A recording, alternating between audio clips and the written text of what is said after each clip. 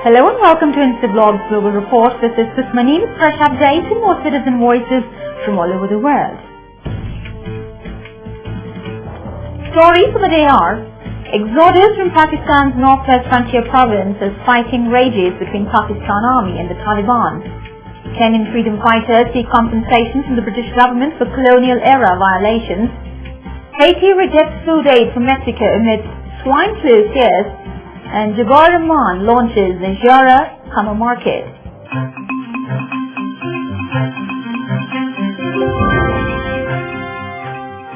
The United Nations is to urgently deliver aid to the displaced people in Pakistan as thousands flee the fighting between the army and the Taliban.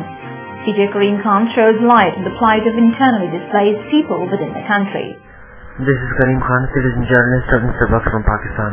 The problems for these internally displaced people is several-fold. They are suffering physically and psychologically. Most of them cannot afford to live on rent in other cities.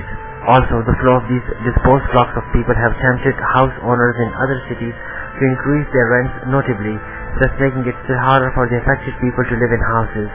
Most of these people will therefore be living in tents or makeshift enclosures set up in Sawabi, Mardan and other districts of NWFP. Organizers of relief camps are also calling for charities to help these people get food and medicine. Kenya's Mau veterans have instructed their lawyers to sue the British government and seek compensation for colonial era violations. CJ Rose Bangiuri says the British government should come to terms with this stain on its history and apologize to the Kenyan people. This is Rose Wangui, a citizen journalist from Kenya, reporting on Instablogs. The Kenyan freedom fighters are seeking compensation from the British government. British government will next month be issued with a claim for torturing Kenyans for a decade, detailing how the British government perpetrated atrocities against Kenyans between 1950 and 1960. Dan Leader, the head of a London-based law firm for the freedom fighters, who is in Kenya, has been instructed by the Kenya Human Rights Commission to issue a claim for compensation against the British government on behalf of the Mau veterans. The commission has documented 40 cases of castration, sexual abuses and unlawful detention carried out by the officers of the British government. In recent years, following exhaustive research, it has become clear the torture and inhuman treatment of Kenyans during the emergency period were a result of policies sanctioned from the highest levels of the government in London.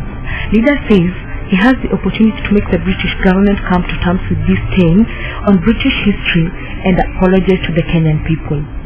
Government officials from Haiti have rejected a Mexican aid ship carrying 77 tons of much-needed food aid due to swine flu fear. CJ Nicole has more on the story from Mexico. Mexico's ambassador announced on Wednesday that government officials from Haiti rejected a Mexican aid ship carrying 77 tons of much-needed food aid because of unfounded swine flu fears. The Mexican Navy ship El Pateco was to arrive May 2nd in Port-au-Prince carrying rice, fertilizer, and emergency food kits to help the impoverished country respond to chronic hunger and devastating tropical storms.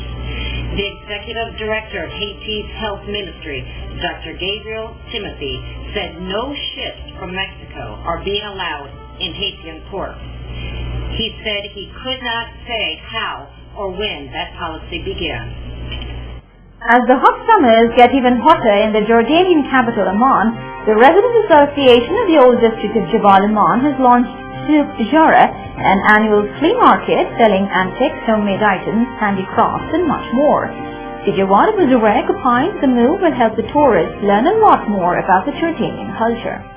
This is Wad Abu Zurek, reporting for the Instablogs from Jordan. This last Friday, the Jabal Amman Residents Association, known as JARA, launched its summer market. USAID as well as Jordan Tourism Development Project have supported the JARA market with more financial support than last year in order to promote the market and increase the number of participants, and consequently the number of market visitors.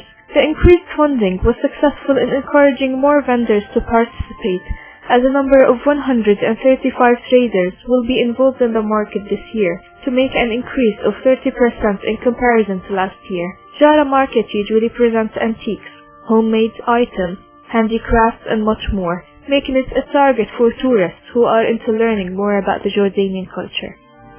If you want your voice to be heard by millions, let Instablogs be your choice. You can contact us at cj@instablogs.com.